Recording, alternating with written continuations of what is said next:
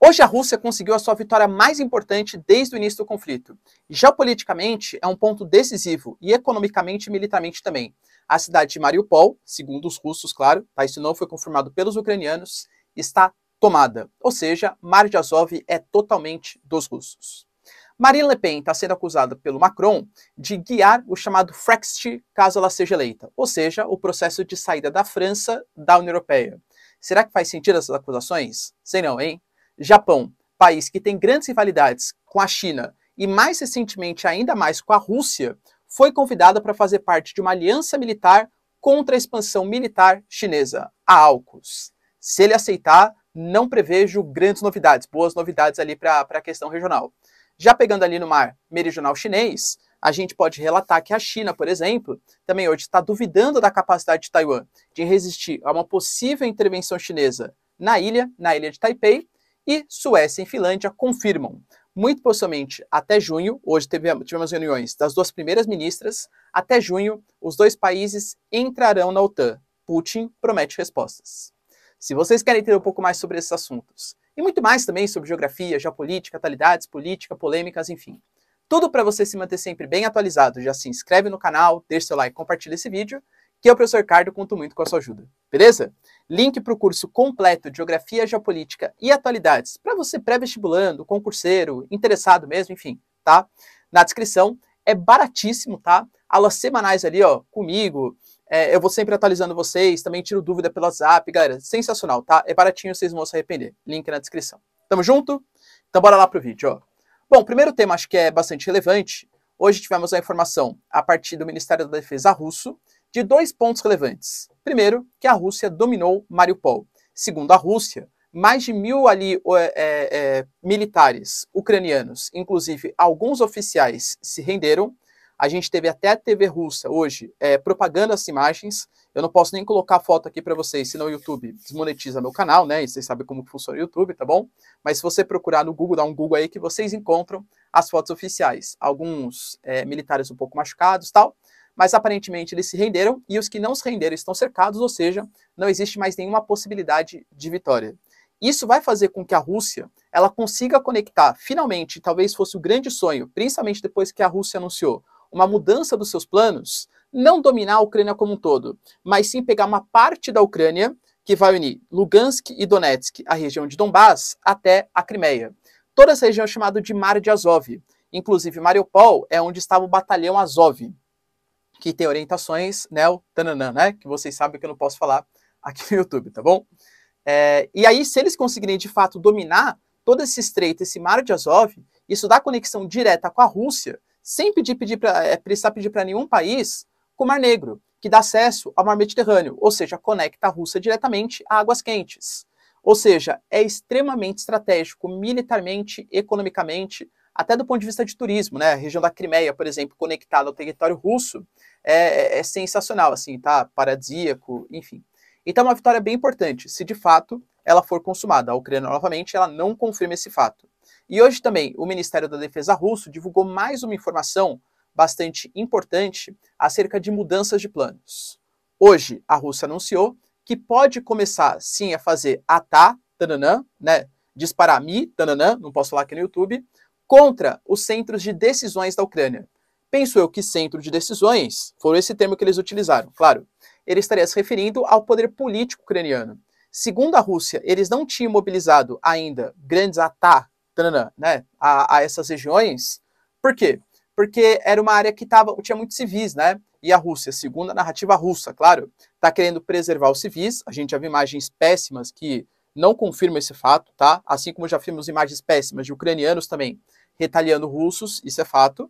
Mas eles estavam evitando fazer ataques, por exemplo, né, a Kiev, etc., justamente por conta da preservação dos civis. Mas o que aconteceu em Bucha, segundo a Rússia, foi uma encenação da Ucrânia para o mundo ocidental, fazer uma intervenção no conflito. E também o que aconteceu, por exemplo, na estação de trem, mais uma encenação, segundo os russos, significa que eles vão mudar seus planos. Ou seja, a capital pode ser alvo aí dos russos no futuro próximo, tá? Os Estados Unidos, prevendo já grandes problemas ali para a Ucrânia, já anunciou mais repasse de verbas, agora na casa de 3,5 bilhões de reais. em armamentos, equipamentos, enfim, tá? Uma ajuda militar à Ucrânia. Hoje tivemos o Macron, não dá para esquecer, galera, que as eleições francesas estão logo aí na porta, e as eleições elas estão extremamente acirradas, e a gente sabe como funciona a política, aqui no Brasil, na França, em qualquer lugar, né? Vale quase tudo. O Macron está começando a despejar agora tudo que a Marine Le Pen falou no passado, considerado xenófobo, né, enfim. E dentre essas coisas, existe uma vontade que a Marine Le Pen não se manifestou nessa eleição, mas que seria sobre a possibilidade da França sair da União Europeia, tá? A gente sabe que a Marine Le Pen, com essa causa nacionalista, patriótica, ela se assemelha muito mais a, hoje, dentro da União Europeia, Polônia e Hungria. Se bem que a Polônia, desde o início dos conflitos, o Andrzej Duda já largou um pouquinho, né, esse eixo com a Hungria e já se aproximou um pouco mais da OTAN e da União Europeia, porque sabe dos riscos que corre, já que está ali no limite com a Rússia. Mas a questão é que, nesse momento, então, a Marine Le Pen, ela pode estar, segundo Macron, estaria incentivando o processo de saída. A Marine Le Pen, ela já falou, por exemplo, que ela não incentivaria o Frexit, a saída da França da União Europeia, mas que ela deixaria rolar, por exemplo, um plebiscito, mais ou menos como foi no Reino Unido. O David Cameron, por exemplo, o cara que propôs o plebiscito, ele não era favorável à saída do Reino Unido da União Europeia. Ele pertencia ao PT deles, né, o Partido Trabalhista, que é um partido, da centro-esquerda, mais ou menos, ali do Reino Unido, e era contrário, era a favor da integração à União Europeia. Mas ele sabia que existia uma vontade popular, e por isso ele solicitou um plebiscito e acabou derrotado nesse plebiscito. Tanto que depois ele renunciou, vem a Theresa May, o Boris Johnson, enfim, tudo que a gente sabe que vai acontecer no futuro. Então, a Marine Le Pen, ela pode propor um plebiscito, tá? O que ela já falou no passado, por exemplo, foi contra a zona do euro, embora dessa vez não tenha falado nada sobre o assunto, e contra essa federalização que existe na União Europeia.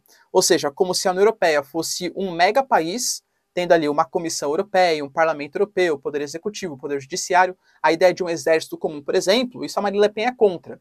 Ela é muito mais nacionalista, por isso que ela poderia fazer um novo eixo, digamos assim, com Polônia e Hungria. Será que, de fato, isso vai acontecer? Cara, não sabemos, tá? Marine Le Pen está se mantendo muito mais em cima do muro nessas eleições para tentar conquistar um pouco mais essa classe média que não gosta muito do Macron pela sua postura muito internacionalista, ok? Ponto importante também, tivemos hoje a AUKUS convidando o Japão para ser um dos seus membros. Isso aqui que é a AUKUS. AUD, Austrália, UK de United Kingdom e US de United States. Homem inglês britânico aqui? Basicamente, o que essa aliança ela prega, vamos ser sinceros aqui, uma aliança militar de defesa regional, estratégica no mar do Índico-Pacífico. Essa é a definição. Na prática, conter o avanço militar chinês. É para isso que a AUKUS serve, tá? Faz parte Reino Unido, Estados Unidos e Austrália. A Austrália, por exemplo, ela já recebeu submarinos nucleares a partir de um acordo feito com os Estados Unidos e anunciou agora em abril o desenvolvimento de mísseis hipersônicos com capacidade, claro, para passar de defesas antimísseis. A gente sabe que nesse momento Rússia e China já estão muito mais avançados que os Estados Unidos nesse tipo de material bélico. Então vai haver um investimento pesado e o Japão ele poderia corroborar. A grande questão é, vocês entendem o problema disso? A China já criticou quando tinha Estados Unidos, Reino Unido e Austrália. O Japão está colado na China. Está colado na China e na Rússia. A Rússia, recentemente, com alguns entreveros com o Japão aplicando muitas sanções contra o Putin, contra a Rússia, e a China também, disputa de ilhas, disputas geopolíticas muito forte com os japoneses. Ou seja, caso o Japão, ele de fato participe, isso só vai reforçar a mudança de pensamento atual do Japão. O Japão que desde o final da Segunda Guerra Mundial evitou se militarizar, investir, por exemplo, em capacidade de soldados, etc. Até pelo acordo que existia com os Estados Unidos, o Plano Colombo, nesse momento já anunciou que vai investir uma parte maior do seu PIB em defesa em aspecto militar, e a presença da AUKUS seria assim, uma mudança muito significativa. Sendo sincero, não sei se a China e a Rússia aceitariam com bons olhos. E o Japão pode ficar um pouco reticente também, porque pode ser um passo maior que as pernas, né? Então, um passo mais largo que as pernas. Não sei se o Japão teria essa coragem, embora geopoliticamente faça todo sentido para os japoneses conter essa expansão chinesa. Ok? Hoje também, OTAN, aliás, Suécia e Finlândia, as duas primeiras ministras, elas se reuniram e anunciaram que vão sim entrar para a OTAN. E esses planos não vão durar anos. Por exemplo, a entrada da Polônia na OTAN, ela demorou mais ou menos 5 anos para acontecer. Segundo Suécia e Finlândia, essa entrada pode demorar questão de semanas. O processo deve começar em junho e deve ser finalizado pelo menos até o final do ano. A entrada na OTAN muda completamente o paradigma de Suécia e Finlândia, que desde o final da Segunda Guerra Mundial adotaram uma posição de neutralidade. Aliás, antes da Segunda Guerra Mundial, na verdade mais ou menos, né? A Suécia, ela não participou da Segunda Guerra Mundial. Durante a Guerra Fria, se manteve um papel de neutralidade e, inclusive, por exemplo, em Estocolmo, foi a sede das principais reuniões entre diplomatas do lado socialista da força e do lado capitalista da força. Se reuniam ali em Estocolmo. Então a Suécia era o palco de negociação. Eu só não falo para vocês que a Suécia é o país mais neutro do mundo, porque tem a Suíça, que além de tudo isso, não faz parte da União Europeia. A Suécia faz. A Finlândia, mais ou menos. A Finlândia teve ali alguns conflitos com a antiga União Soviética, com Stalin. Perdeu territórios, reconquistou territórios, mas, até pela presença geográfica, a Finlândia está muito mais próxima do que a Suécia, da Rússia. No final da Segunda Guerra, o Stalin ele fez um acordo com a Finlândia. Finlândia, eu não considero vocês como Letônia, Lituânia, Estônia, Cazaquistão tal. Ou seja, não uno vocês à União Soviética, não domino o espaço de vocês, desde que vocês prometam não ingressar na OTAN. E a Finlândia respeitou isso. Tem alguns pequenos acordos com os países bálticos, com o Reino Unido e tal, mas a OTAN mesmo, a Finlândia não participa. Ou seja, vai ser uma mudança muito significativa de paradigma. O Putin, o Lavrov, por exemplo, já ameaçaram a Suécia e a Finlândia, falando que isso pode resultar num desequilíbrio de forças e vai mudar também o tipo de postura que o Putin vai ter com as áreas fronteiriças. Porque se Suécia e Finlândia fazem parte da OTAN, muito possivelmente equipamentos militares vão ser deslocados para aquela região. O Putin já anunciou, vai ter que deslocar também mais armamentos para essas regiões. Então teremos, por exemplo, uma nova Guerra Fria, não Guerra Fria porque não tem mais o socialismo contra o capitalismo, né? Mas essa guerra bipolar, do ladinho ali, ó, Suécia e Finlândia, e do outro ladinho, Rússia, dispondo ali de arsenal de possível ataque mútuo entre os dois, é uma possibilidade. O que vai de fato... você vai ter uma invasão da Rússia? Eu, Ricardo, acho que não. Olha a dificuldade para invadir a Ucrânia. Imagina invadir a Suécia e a Finlândia. Não penso que isso seja provável, tá? Mas é mais uma questão geopolítica importante para a gente ficar de olho. Beleza, pessoal? Tamo junto? Entenderam? Se vocês curtiram o vídeo, deixa nos comentários, né? O que vocês pensam sobre os assuntos. Não esquece de deixar o like, que isso é super importante. Se quiser fazer o curso, galera, entre em contato comigo lá pelo Instagram. Ou siga aqui no link, né? www.proricardo.com.br. Tamo junto, beijo, abraço, tchau. E até o nosso próximo vídeo. Falou!